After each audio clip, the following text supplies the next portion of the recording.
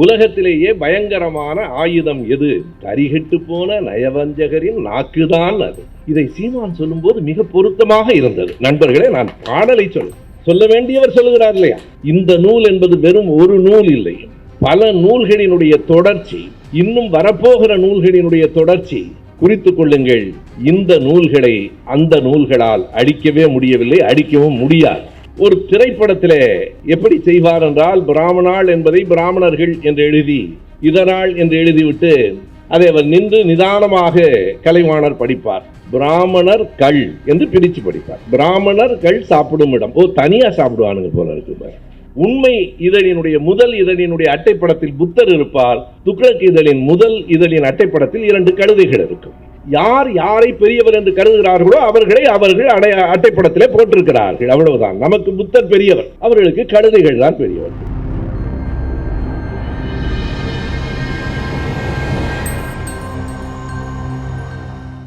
ஆயிரத்தி 1978 மார்ச் 18 ஐயா பெரியார் அவர்களுக்கு பிறகு, அன்னை மணியம்மையார் அவர்களுக்கு பிறகு, திராவிடர் கழகம் என்னும் பேரியக்கம் ஐயாவின் தோள்களில் தூக்கி வைக்கப்பட்டது. சுமை வலிக்கவும் இல்லை, தோள்கள் சலிக்கவும் இல்லை. 46 ஆண்டுகளாய் இன்னமும் இந்த கழகத்தை மேலே மேலே ஏற்றி கொண்டிருக்கிற நம் தமிழர் தலைவர் ஐயா ஆசிரியர் அவர்கள் உள்ளிட்ட மேடையிலும் அரங்கிலும் இருக்கும் பெருமக்கள் அனைவருக்கும் என் அன்பு வணக்கம். எனக்கு 15 நிமிடங்கள் கொடுக்கப்பட்டிருக்கின்றன. ஆனால் நான் அதை விடவும் மிக குறைவாகவே பேச இருக்கிறேன். 2 காரணங்கள். ஒன்று, ஆசிரியர் அவர்கள் பேச வேண்டும்.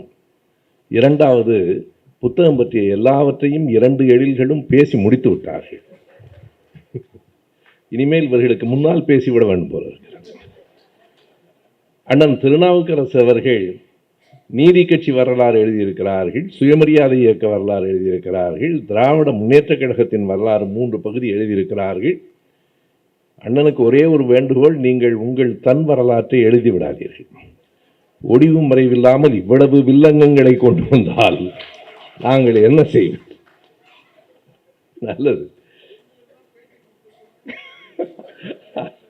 அதாவது இந்த மேடையிலேயே நீங்க சொன்ன பல செய்திகள், பல வில்லங்கங்கள் இருக்கு, எனக்கு தெரியும். அது ஒரு சுய விமர்சனம்.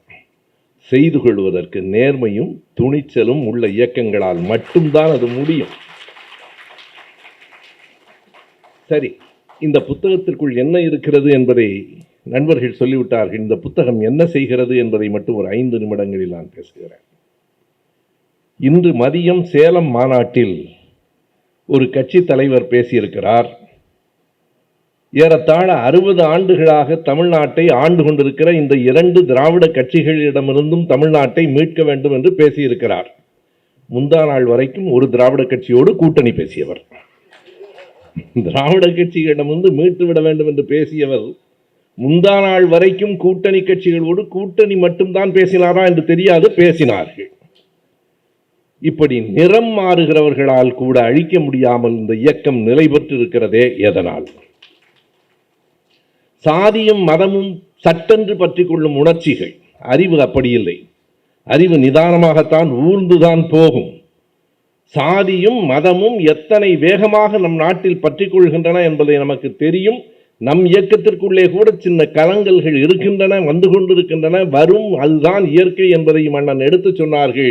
ஆனால் இத்தனைக்கு பிறகும் இந்த அறிவியக்கம் இந்த மண்ணில் நின்று நிலைத்திருக்கிறதே எதனால்? வேறொன்றும் இல்லை. தொடர்ந்து உண்மைகளை பேசிக்கொண்டும் சொல்லிக்கொண்டும் தொடர்ந்து செய்து கொண்டிருக்கிறோம்.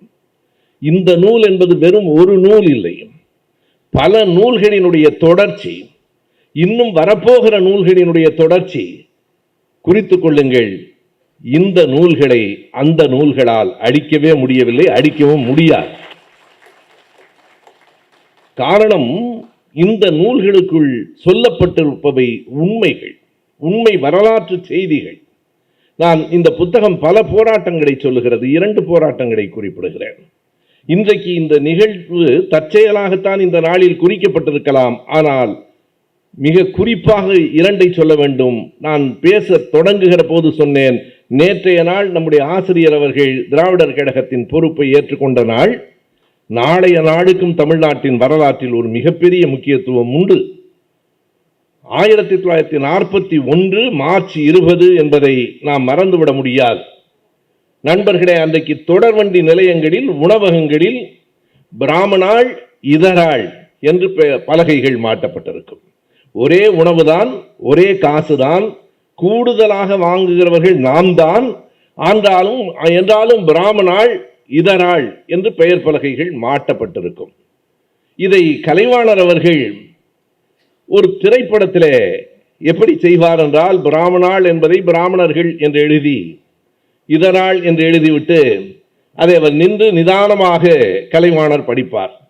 பிராமணர் கள் என்று பிரித்து படிப்பார். பிராமணர் கள் சாப்பிடும் இடம். தனியா சாப்பிடுவானுங்க போல இருக்கு.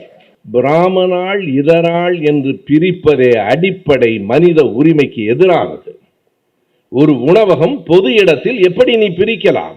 கேட்ட இயக்கம் இந்த இயக்கம்தான், போராடிய இயக்கம் இந்த இயக்கம்தான். 1941 மார்ச் 20 அந்த பெயர் பலகை நீக்கப்பட்டது என்றால் இந்த இயக்கத்தை இந்த மண்ணை விட்டு யாராலும் நீக்க முடியாது என்பதற்கான அடையாளம். இந்த புத்தகம் போராட்டங்களை மட்டும் சொல்லவில்லை. இது ஒரு விதமான வடிவமைப்பை கொண்டிருக்கிறது. ஒரு வெளிவட்டம், அதற்குள் உள்வட்டம், அதற்குள் உள்வட்டம் என்று வட்டம் வட்டமாக செய்திகளை கொண்டு போகிறது. எப்படி தெரியுமா? முதல் வட்டம் உரிமைகள் பற்றி விரிவாக பேசுகிறது. மனித உரிமைகளை தமிழ் இலக்கியங்கள் எப்படி சொல்லுகின்றன? அரச உரிமை தொடங்கி மகப்பேறு உரிமை வரைக்கும், ரைட் டு ரூல் என்பதில் இருந்து ரைட் டு பிரெக்னன்சி என்பது வரைக்கும் 21 உரிமைகளை தமிழ் இலக்கியங்கள் எப்படி சொல்லி இருக்கின்றன. புறநானூற்றில், குறுந்தொகையில், சிலப்பதிகாரத்தில், திருக்குறளில், தமிழ் இலக்கியங்களில் இந்த தமிழ் உரிமைகள், இந்த மனித உரிமைகள் எப்படி சொல்லப்பட்டிருக்கின்றன என்கிற எல்லாம் முதல் அத்தியாயத்தில். பிறகு உலக நாடுகள் மனித உரிமைகளை எப்படி பேசி இருக்கின்றன என்பது பிறகு. அதற்கு பின்னால் ஐயா பெரியார் அவர்கள் மனித உரிமை போராட்டத்தை எப்படி நடத்தினார், அதற்கு அவர் பயன்படுத்திய பத்திரிகைகள் இல்லை. நம்முடைய துரை சந்திரசேகர் அவர்கள் குறிப்பிட்டிருக்கிற சொல்லை சொல்ல வேண்டும்.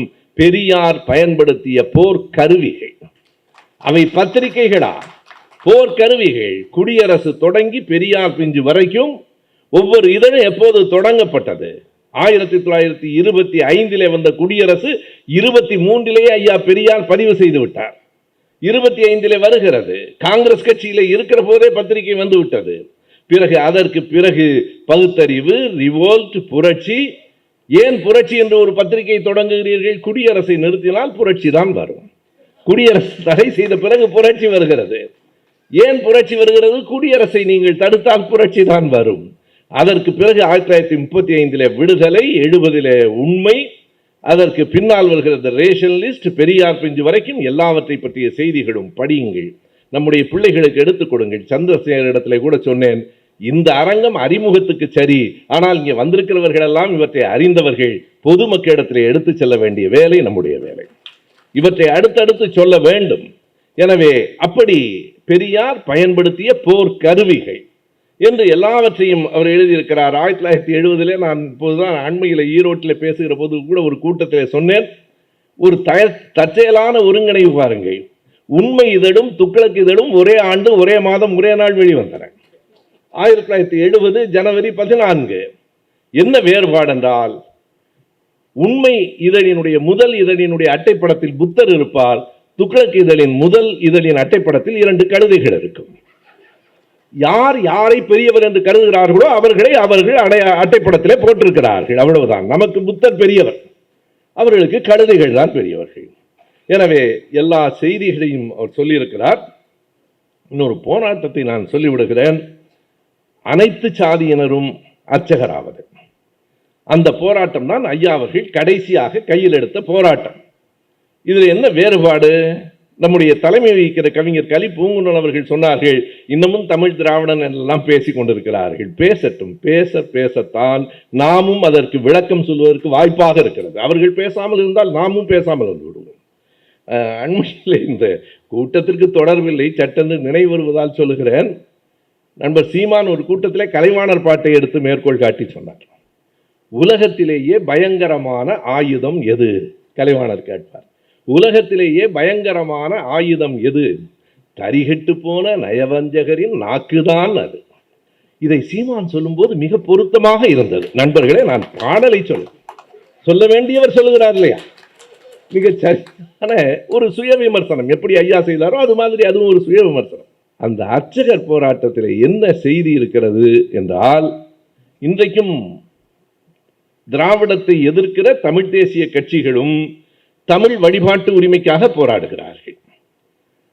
இதே அரங்கத்தில் தமிழ் வழிபாட்டு உரிமை மாநாடு நடந்திருக்கிறது. நான் அதை கவிஞரிடத்தில் கேட்டு சரிபார்த்து கொண்டேன்.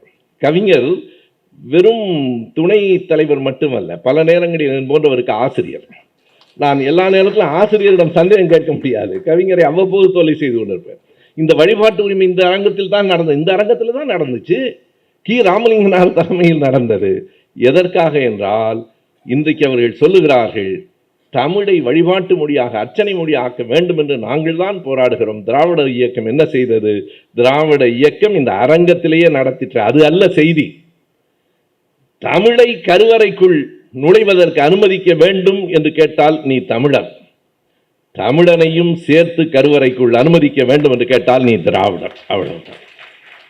நாங்கள் தமிழுக்காக மட்டுமில்லை, தமிழனுக்காக நிற்கிறோம். மனித உரிமை என்பது அதுதான். தமிழுக்காக ஐயா போராடி இருக்கிறார். தமிழ் தான் தொன்மையான மொழி, உயர்ந்த மொழி, முதல் மொழி என்பதற்காகவெல்லாம் இல்லை. இரண்டாவது மொழியாக இருந்தால் அதன் உரிமையை இழந்து விடலாமா? எந்த மொழியாக வேண்டுமானாலும் இருக்கட்டும், அவனவன் தாய்மொழி அவனவனுக்கு உயர்வானது. ஒற்றை வரியில் சொல்லுகிறேன், மனித உரிமை. நான் உண்மையாக சந்திரசேகரனிடத்திலே பேசிக் கொண்டிருக்கிற போது நன்றி சொன்னேன். லலித் பாமர் புத்தகத்தை நான் படித்ததில்லை, அவரை பற்றி கேள்விப்பட்டதில்லை. உங்கள் புத்தகம்தான் எனக்கு அதை அறிமுகப்படுத்தியது. நன்றி. லலித் பாமர் என்ன என்று கேட்டால் அவர் சொன்னார், விபி சிங் அவர்களினுடைய பதவியேற்பு விழாவுக்கு போன லலித் பாமர் திரும்பவே இல்லை, என்ன ஆனார் என்று தெரியவில்லை என்று சொன்னார். மனித உரிமை போராடிகள் காணாமல் போய்கொண்டிருந்தாலும் இந்த மண்ணில் என்றும் நின்று நிலைப்பது என்னை போன்ற, நம்மை போன்ற தேர்தலை பற்றி கருப்பு சட்டை போட்டிருக்கிறவர்கள், கவலைப்படாதவர்கள் பேசலாம். 2 சட்டமன்ற உறுப்பினர்கள் எங்களை இந்த திடல் தான் வழி நடத்துகிறது என்று சொல்கிறார்களே, நம் தம்பிகள் என்ன, நம் தலைவர் மாண்புமிகு முதலமைச்சரே என்னை இந்த திடல் தான் வழி நடத்துகிறது என்று சொல்லுகிறாரே, அப்படி சொன்னாலும் தமிழ்நாட்டில் ஒரு நாளும் வாக்குகள் மாறி போய்விடாது என்பதை நாம் அறிவோம். அது வேறு இது வேறு என்று தமிழ் மக்கள் மிக சரியாக புரிந்து வைத்திருக்கிறார்கள். மனித உரிமை என்பதை பெரியார் எப்படி சொன்னார் என்பதற்கு ஆசிரியர் எழுதியிருக்கிற அணிந்துரையிலிருந்து ஒரு வரியை சொல்லி நான் என் உரையை நிறைவு செய்கிறேன். சுயமரியாதை என்ற சொல்தானே மனித உரிமையின் மணியோசை என்று எழுதியிருக்கிறார். அந்த ஒரு சொல் போதும். சுயமரியாதை என்பதை விட மனித உரிமை என்பதற்கு இன்னொரு அழகான சொல் இருக்க முடியாது. இது சுயமரியாதை இயக்கத்தை உருவாக்கிய இடம். சுயமரியாதை இயக்கம் இந்த தமிழ்நாட்டை வளர்த்தெடுத்தது. அந்த இயக்கத்தின் கருத்துக்களை மறுபடியும் மறுபடியும் மறுபடியும் எடுத்து சொல்ல இன்னும் 1000 துரை சந்திரசேகர்கள் வேண்டும். வாய்ப்புக்கு நன்றி, வணக்கம். திராவிட இயக்கத்தின் சமூக நீதி அரசியல் கடந்து வந்த பாதைகளையும் அதன் சாதனைகளையும் விளக்கிச் சொல்லும் அரிய நூல் மானுடம் திராவிடம் சமத்துவம். விலை ரூபாய் 300 மட்டும். புத்தகம் வாங்க திரையில் தெரியும் தொலைபேசி எண்களுக்கு தொடர்பு கொள்ளுங்கள். மேலும் கருஞ்சட்டை பதிப்பகத்தின் இணையதளத்துக்கு வாருங்கள்.